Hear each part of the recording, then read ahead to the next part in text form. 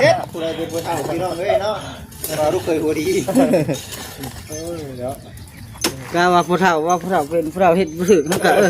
บอกสอนผู้เฒ่าบ่ เงียบไว้ เกียร์บอกสอนผู้เฒ่านะ บ่แล้ว โมเมนต์เนาะ ขึ้นใหม่แล้วเนาะ เฮ้ยไปจิตามหาเนาะเราหน้า12นั่นนี่ใหญ่มันก็แน่นดีครับเพราะมันมีเสาอยู่เด้นี่คิดว่านั่นนี่เสากระดาษ12อยู่ดิเซ็ตขาดเด้อสิขาด มันก็จ้างกันได้อยู่ดีอยู่ ขาดยางมันจะไว้คนจังเนาะ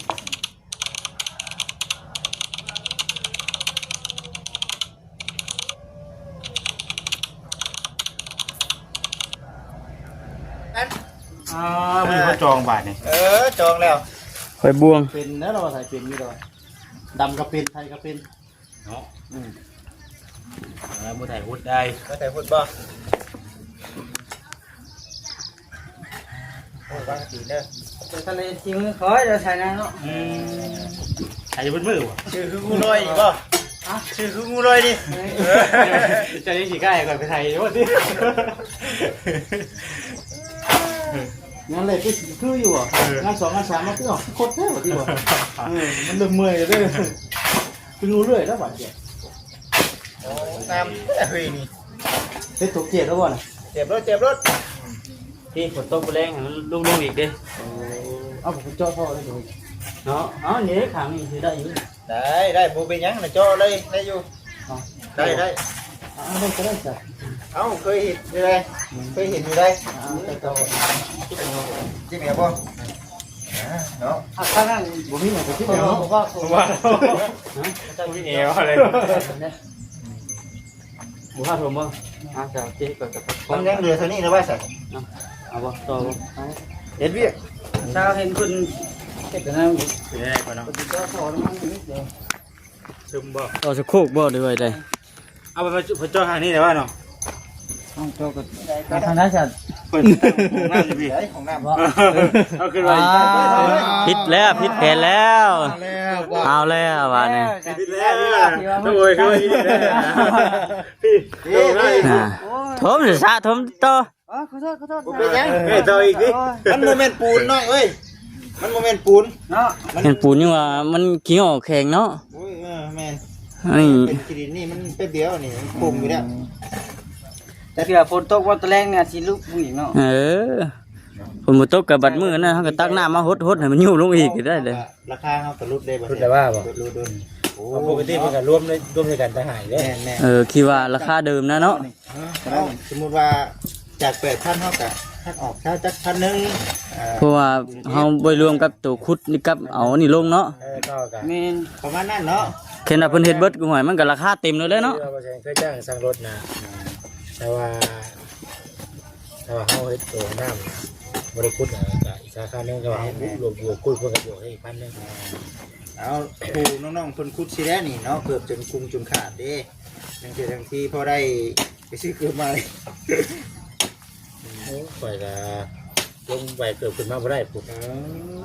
ตั้งยันหมู่ลืมนะยันหมู่ลืมได้ ก็คุยกันเนาะ ว่าออกไว้เด้อน่ะเด้อผู้กล้วยเนาะ อ๋อใช่เราไงของว่ากินนี่เนาะ ยังบ่ทนดีจริงติ เอาอยู่แล้ว ว่านั่นเด้เนาะต้องอวยไงว่าตุยของว่ากินนี่ ตัวไหนบ่ถือกระจวดกันเนาะเด้ดิ สอนเราเลยสอนเราเลย ไปว่ายังบ่ถือกระจวดกันเนาะเด้ดิ ไปได้ดีได้เนาะชุดได้ดีโยเนาะสิบ่คงกินเห็น ผู้ใดว่าบ่ถือกระจวดเนาะเด้ดิ ว่าไปความจริงด้วย เบรกว่ารถขึ้นรถกันเบรกใหม่นะพุ่งจนคิ้วหมดเลยถึงช่วงบรรยากาศค่ำแบบนี้เนี่ยพี่น้องมันบ่เด็ดเมนมันจะบ่ฮ้อนมันจะบ่เมื่อยไว้ปานใด คอยถือด้วยกับปูชักปูชาวนี่วะ 2 เดือนนี้แหละบ่ขอกินอยู่ได้ให้กินให้บ่ ยิ้มบ่ ยิ้มบ่เดือนนะ ยิ้มเด้ แต่ว่าบ่เสียนาบูดชักตุบเปิด เลือดทำไมยิ้มคนปัดคิ้วยุ่ง ระวังน้ำ จะสิขุดทางนี้บ่ อยู่แถวบ่ได้เห็นน่ะว่า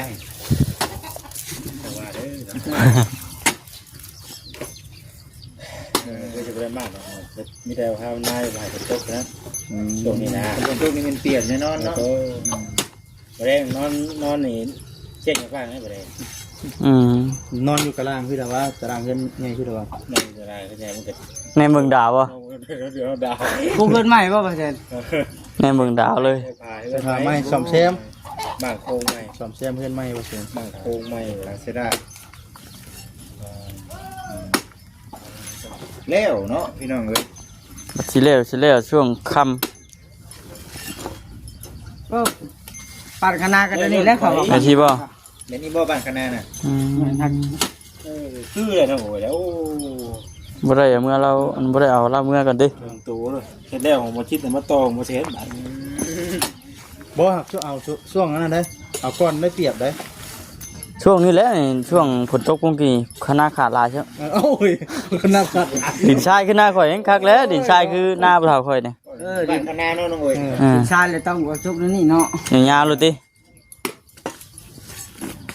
ชอบมาดิ โอ้ได้เรื่อง บ้านเขาอย่างไรน่าได้บ้านเขา อืม ชมเลยไม่ยากหรอก ชอบไม่แบบเชื่อแบบเอาลูกกับแม่โดดโอ้ตรงบ้านคณะบ้านคณะมันเป็นนู้ไม่ได้เนาะเขา หมาดคอใส่เรื่อย สมมุติว่าเป็นผู้เฒ่าได้คณะบ่เป็นจังได๋ เรื่องย่างอ้าวเขาบ่ถามปานหน้าบ่เป็น สอนให้ผู้เฒ่าเฮ็ดได้เห็นไหมสอนด้วยสอนให้เฮ็ดเบิ่งด้วยติ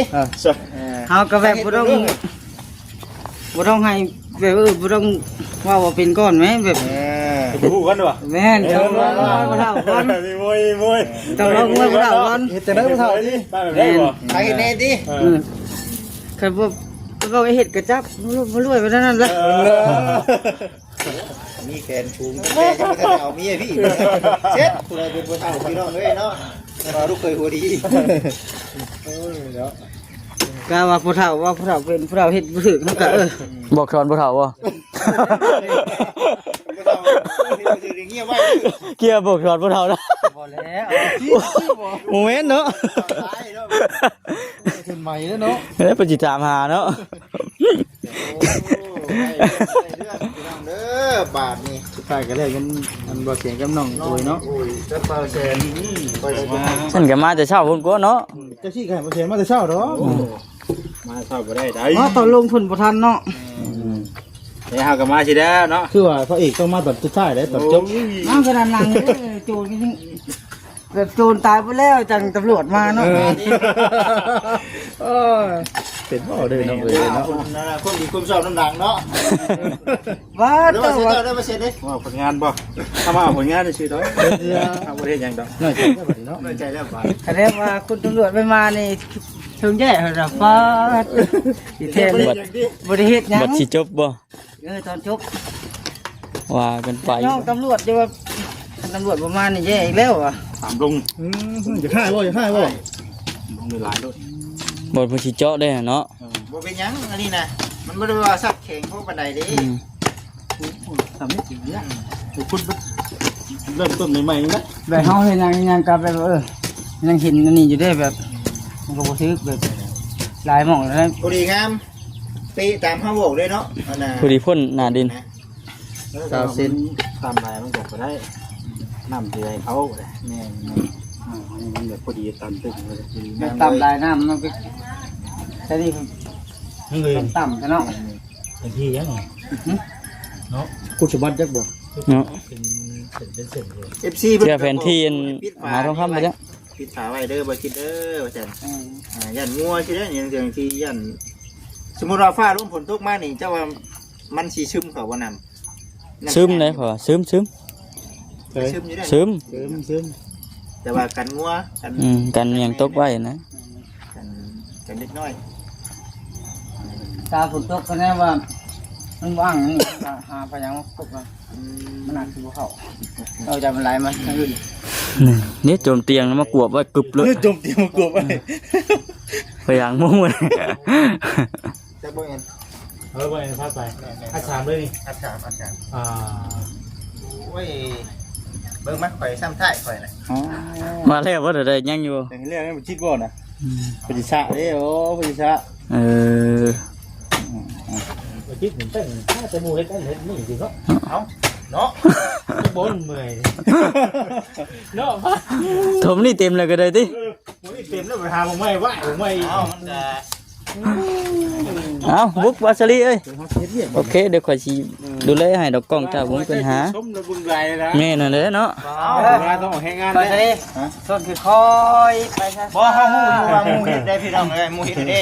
บัดนี้ตัวนี้บ่เฮ็ดให้ได้นี่ซา ส่วนคือคอยไปซะ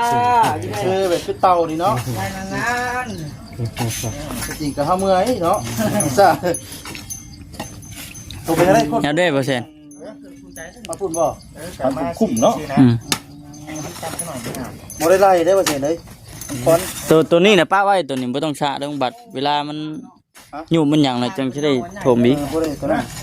ไม่นะอย่ามัน ๆเพิ่นจะเปลี่ยนกับไม่ บ่ เพื่อนเปลี่ยนบ่พุ่นน่ะ มันจะเปลี่ยนดิ มันใหญ่ดิ ใหญ่บ่ ง่ายเด้ ซ้ำหมดเสาก็เจ้าเสาหน้า12นั่นนี่ใหญ่มันก็แน่นดีครับเพราะว่ามันมีเสาอยู่เด้นี่คิดว่านั่นนี่เสากระดาษ12อยู่ดิ ใช้ขาดได้ที่ขาด มันก็จ้างกันได้อยู่ดีอยู่ ขาดอย่างนั้นต้องไว้คนจังเนาะนะอยู่ให้พาเฮ็ดนี่บ่เนาะว่าเสียนะพาเฮ็ดปล่อยเกี่ยวใช้ประโยชน์ได้เกี่ยวพักกินอย่างนี้ได้บ่น่าคิดว่าสิเอาประดิษฐ์ว่าชาดินได้พ่อ โอ้ยข่อยเค เอา ย คอยปูนนี่คักเนาะ แต่คอยเทพื้นนี่นะ บ่ไป เอามันมีดินเด้ เอาได้บ่ ว้าวง่ายง่ายหัวชก กรรมกรก็อยู่นี่นะกรรมการ ขาดเด้ แต่เขากวดไปแล้วมันกินอาจสิ มัน ร เข้า อดอยู่หันไปมัน มันยาง แม่รอดไปรอดมา มันก็เข้ากัน มันก็สิบ่ฝืดขึ้นหมักจกเนาะอันนี้มันบ่ได้มีปองมีหยังเด้ เด้ อืม ลุดลงเด้ นั่นแหละจังหวะ มันลุดน้ มือเวนยังมันรุดน้ำบด ได้หลายเติบไปเด้นี่เฮ็ดก็บ่แล้วนี่ ำมวยสร้างมันเฮ็ดกันยังไงปะบ่ถือกันปะ พากันเฮ็ดเองเนาะ เอาเองนะปะ ได้อยู่นะเนาะบ่เห็น ว่าจะได้บ่ มันสิรู้มันบ่แขน สีดีอยู่ พื้นก่อยปูนก็เอามือโอบขึ้นคือเตานี่เลย ปั้น ลูบไปเลย ค่าแรงข่อยก็บ่ได้ขึ้นยากหรอกซื้อกับข้าวมาสุกินแต่ละมื้อก็พอนะ โอเคได้เนาะ